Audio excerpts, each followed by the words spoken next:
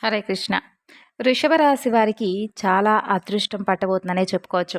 ఎందుకంటే మీరు అడిగినవన్నీ కూడా ఇచ్చే దేవత మీ ఇంట్లోనే ఉంది అని మీకు తెలిస్తే నిజంగా మీరు ఆశ్చర్యపోక తప్పదు. మరి ఇంతకీ వృషభ రాశి వారి ఇంట్లో తిరిగేటటువంటి ఆ దేవత ఎవరు? అసలు ఆమె వలన మీకు ఎటువంటి అదృష్టం పట్టబోతుందనేటటువంటి పూర్తి అంశాల గురించి తెలుసుకుందాం. మరి వృషభ రాశి వారు ఇప్పుడే కొత్తగా మన ఛానల్ చూస్తున్నట్లయితే దయచేసి సబ్స్క్రైబ్ చేసుకొని వీడియోకి లైక్ చేసి సపోర్ట్ అయితే చేయండి. మరి ఆలస్యం చేయకుండా ఇక వీడియోలోకి వెళ్ళిపోదాం. మీ జీవితంలో మీరు ఊహించినటువంటి మార్పు అనేది తప్పకుండా జరుగుతుంది. కాబట్టి తక్షణమే ఈ వీడియోను స్కిప్ చేయకుండా పూర్తిగా చూస్తే మీకేంటనేది అర్థమవుతుంది. ఎటువంటి పనున్నా కాసేపు మనసు పెట్టి విన్నందువల్ల నష్టం ఏమీ కూడా ఉండదండి. మీకు అసలు ఆ దేవత ఎవరు? ఆ దేవత మీ నుండి అసలు ఏం కోరుకుంటుందనేటటువంటి ప్రతి ఒక్క పాయింట్ టు పాయింట్ ఈరోజు ఈ వీడియోలో మీరు తెలుసుకోవచ్చు. కాబట్టి వీడియోను స్కిప్ చేయకుండా చూడండి. వీడియోకు లైక్ చేసి మీ యొక్క సపోర్ట్‌ని అయితే అందివ్వండి. అలాగే మీ ఇంటి దైవం, అలాగే మీకు నచ్చినటువంటి దైవం ఎవరనేది కామెంట్ బాక్స్‌లో తెలియజేయండి. మరి ఈ రోజున మీకు చాలా అంటే చాలా ముఖ్యమైనటువంటి రోజుగా చెప్పుకోవచ్చు. ఎందుకంటే ఇటువంటి గొప్ప సందేశాన్ని, మంచి విషయాలను విన్నప్పటికీ కూడా మనకు నష్టం అనేది ఏది కూడా ఉండదండి. ఎందుకంటే కొంతమందికి అంటే పాటిస్తే పాటిస్తారు. లేదంటే లేదు. అది వారి ఇష్టం. వారి పర్సనల్ విషయం. ఇక ఈ రాశి కృత్తికా నక్షత్రం 2, 3, 4 పాదాలు. రోహిణి నక్షత్రం 1, 2, 3, 4 పాదాలు. మృగశిర నక్షత్రం 1, 2 పాదాల్లో జన్మించిన వారు వృషభ రాశికి చెందుతారు. వృషభ రాశి అంటే ఎద్దు. ఈ రాశి వారికి అధిపతి శుక్రుడు. రాశి చక్రంలో వృషభ రాశి రెండవది.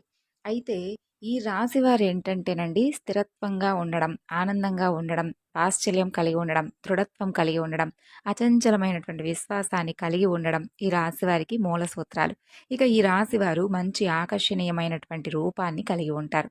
చూడడానికి చాలా అంటే చాలా అందంగా ఉండడమే కాకుండా వీరి మనసు కూడా చాలా అందంగా ఉంటుంది.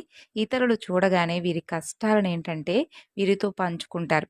అలాగే మిత్రతత్వాన్ని వీరు ఎక్కువగా కోరుకుంటారు. ప్రతి విషయాన్ని చాకచక్యంగా ఆలోచించి తెలివిగా నిర్ణయాలు తీసుకుంటారు. ఇక ఈ రాశి వారు చాలా ప్రశాంతంగా సౌమ్యమైనటువంటి స్వభావాన్ని కలిగి ఉంటారు. అలాగే ఈ రాశి వ్యక్తులకు తమ శక్తి సామర్థ్యాలు ఏంటనేది బాగా తెలుసు. అలాగే వీరు తాము చేయాలనుకున్నటువంటి పని విషయంలో కృత నిశ్చయంతో ఉంటారు. కఠినమైనటువంటి నిర్ణయాలను తీసుకోవడానికి ఏ మాత్రం కూడా వెనకాడరు. ఇక ఈ రాశివారు క్రమశిక్షణను ఎక్కువగా ఇష్టపడతారు. ఏ విషయంలో కూడా నిర్లక్ష్యంగా అస్సలు ఉండరు. అలాగే వీరు ప్రతి పనిని కూడా హృదయపూర్వకంగా చేస్తారు. ఎవరికైనా సహాయం చేయాల్సి వస్తే కనుక ముందే ఉంటారు. అలాగే దయ, దానగుణం, క్షమాగుణం కలిగి ఉంటారు. ఎవరినైనా కానీ వీరిని విశ్వసిస్తే మంచి ఫలితాలనేవి పొందవచ్చండి. అంటే వీరి మీద ఏర్పడేటటువంటి నమ్మకాన్ని వీరు ఎక్కడా కూడా ఒమ్ము చేసుకోరనమాట. తమకు నచ్చిన వారు అపరాధం చేసినప్పటికీ కూడా క్షమించేటటువంటి గుణంతో ఉంటారు. ఇక వీరి యొక్క అభిప్రాయాన్ని మార్చేందుకు ఎవ్వరికీ కూడా సాధ్యం కాదు. అలాగే వీరి మాట తీరు చాలా మృదువుగా మంచి స్వభావాన్ని కలిగి ఉంటుంది. ఇతరులతో కలిసి తమ పనిని పూర్తి చేసుకోగలిగినటువంటి సామర్థ్యాన్ని కలిగి ఉంటారు. ఇక వీరికి మంచి కార్యాచరణ శక్తి ఉంటుంది. అనుకున్నది సాధించేంత వరకు నిద్రపోరు. సాధించడానికైతే ఎంత కష్టమైనా పడేటటువంటి మనస్తత్వం వీరికి బాగా ఇష్టం అనమాట. అంటే ఊరికి ఏదొచ్చినా కూడా పెద్దగా ఇష్టపడరు. బాగా కష్టపడి ఆ కష్టపడితే వచ్చేటటువంటి ఆ యొక్క ఫలితాన్ని ఆస్వాదిస్తారు. గొప్ప మనస్తత్వం కాబట్టి ఇక ఈ రాశిలో పుట్టిన వారికి సహనం కూడా చాలా ఎక్కువ.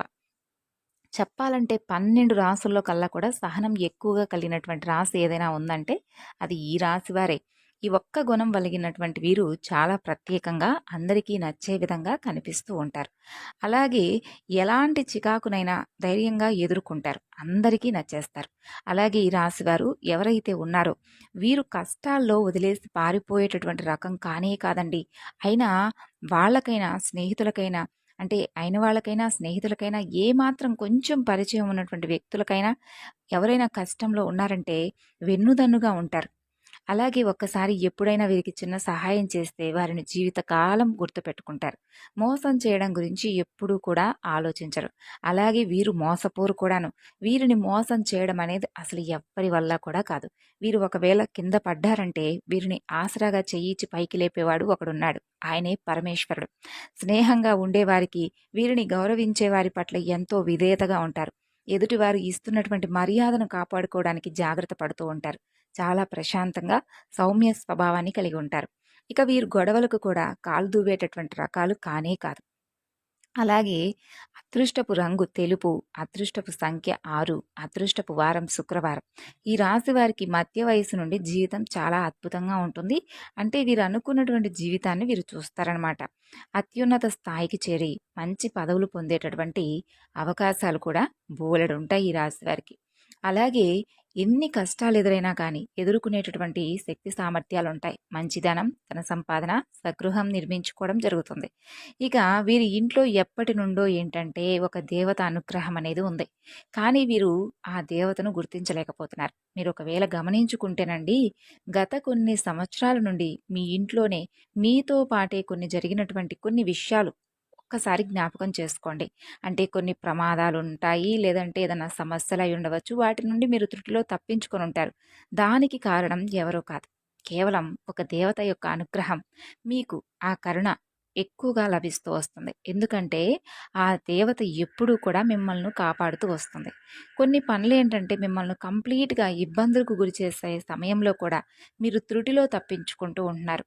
ప్రమాదాల నుండి కూడా మీరు చిన్న చిన్న దెబ్బలతో బయటపడుతూ ఉంటారు. ఇవన్నీ ఏంటంటే ఒక దేవత మనల్ని ఎల్లప్పుడూ కూడా సంరక్షిస్తూ వస్తుంది అని చెప్పి మనం అర్థం చేసుకోవాలి.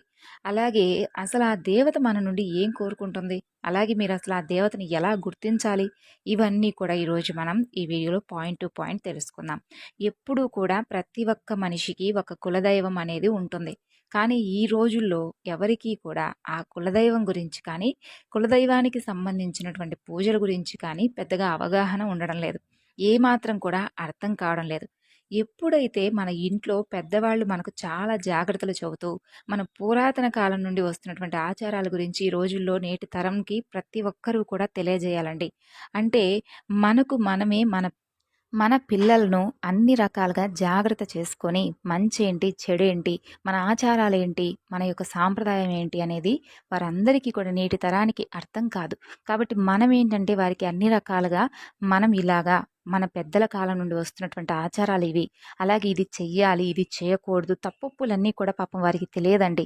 కాబట్టి మనం ఏంటంటే ఇప్పుడున్నటువంటి బిజీ లైఫ్‌లో మనం మనం మన పనులు అలాగే ఈ రోజుల్లో ఎక్కువగా సెల్ ఫోన్‌లు చూసుకుంటూ కాలాన్ని గడుపుతూ అలాగే ఏ విధమైనటువంటి అంటే కొన్ని విషయాలను పక్కన పెట్టేసి మనం ఏంటంటే చాలా నెగ్లెక్ట్ చేస్తూ ఉన్నాం. కాబట్టి ఇటువంటి విషయాలను మనం తప్పు కాదండి. మనకు మనం సమయం కేటాయించుకోవడం తప్పు కాదు. మన సరదా కోసం చేసేటటువంటి పనులు కూడా తప్పు కాదు. కానీ ఉన్నటువంటి కొంత సమయంలోనైనా పిల్లలకు అర్థమయ్యే విధంగా మన సాంప్రదాయాలు అలాగే మనం మర్చిపోకుండా ఉండేటటువంటి కొన్ని ముఖ్యమైనటువంటి విషయాల గురించి మనం జ్ఞాపకం చేసుకుంటూనే వారికి కూడా అన్ని విషయాలను అర్థమయ్యేలాగా చెప్పాలి. కాబట్టి ఇప్పుడు ఈ రోజుల్లో పిల్లలకి ఏది తెలియదు కాబట్టి పెద్దవాళ్ళం మనమే చెప్పాలి కాబట్టి మన ఊర్లో, మన ఇంట్లో కొలువై ఉన్నటువంటి మన ఇంటి దేవత గురించి తప్పకుండా చెప్పాలి. ఇప్పుడు పిల్లలేంటంటే మన పిల్లలతో కలిపి కొంతమంది సిటీ లైఫ్‌లో బ్రతుకుతుంటారు. అలాగే ఎక్కడ ఇటువంటి విషయాల గురించి పట్టించుకోకుండా మర్చిపోయి ఉన్నవారుంటారు. మీరు ఇవన్నీ ఎప్పుడూ కూడా గుర్తు చేసుకోవాలండి. మంచిగా ఆరాధించుకోవాలి. ఇప్పటివరకైతే ఈ రాశివారు ఆర్థికంగా చాలా రకాలుగా నష్టపోయినటువంటి దాఖలాలున్నాయి. అంటే రాశి చక్రంలో అన్నింటిలో కూడా ఈ రాశి వారికి చూసుకున్నట్లయితే ఆర్థిక పరంగా చాలా ఎక్కువగా నష్టపోయినటువంటి దాఖలాలు ఎక్కువున్నాయి. ఖచ్చితంగా ఏంటంటే ఈ రాశి వారు ఎక్కువ మంది ఉన్నారని చెప్పుకోవాలి. కానీ ఈ రాశి వారు ఆర్థికంగా నష్టపోయినట్లుగా ఏ రాశి వారు కూడా ఎక్కువగా నష్టపోవడం లేదు. అంటే మీకేంటంటే అంటే మీరింకా ఆ నష్టం నుండి తేరుకోలేకపోతున్నారు కూడాను గమనించాలి. దీనికి కారణం మీరు మీ కులదైవాన్ని, ఇంటి దైవాన్ని మర్చిపోవడం. కులదైవాన్ని కానీ మీరు మర్చిపోతే చాలా రకాలైనటువంటి ప్రాబ్లమ్స్ అనేవి క్రియేట్ అవుతాయి. అది ఈ ఒక్క రాశి వారికే కాదండి. ఏ రాశి వారికైనా, ఏ మనిషికైనా కానీ తప్పకుండా మనం మన ఇంటి దైవాన్ని ఆరాధించుకోవాలి. అలాగే మనకెప్పుడు కూడా ఈ విధంగా ఎందుకు జరుగుతుందని ఆలోచనలో ఉండిపోతున్నాం కానీ అసలు ఆ విషయం ఏమిటా?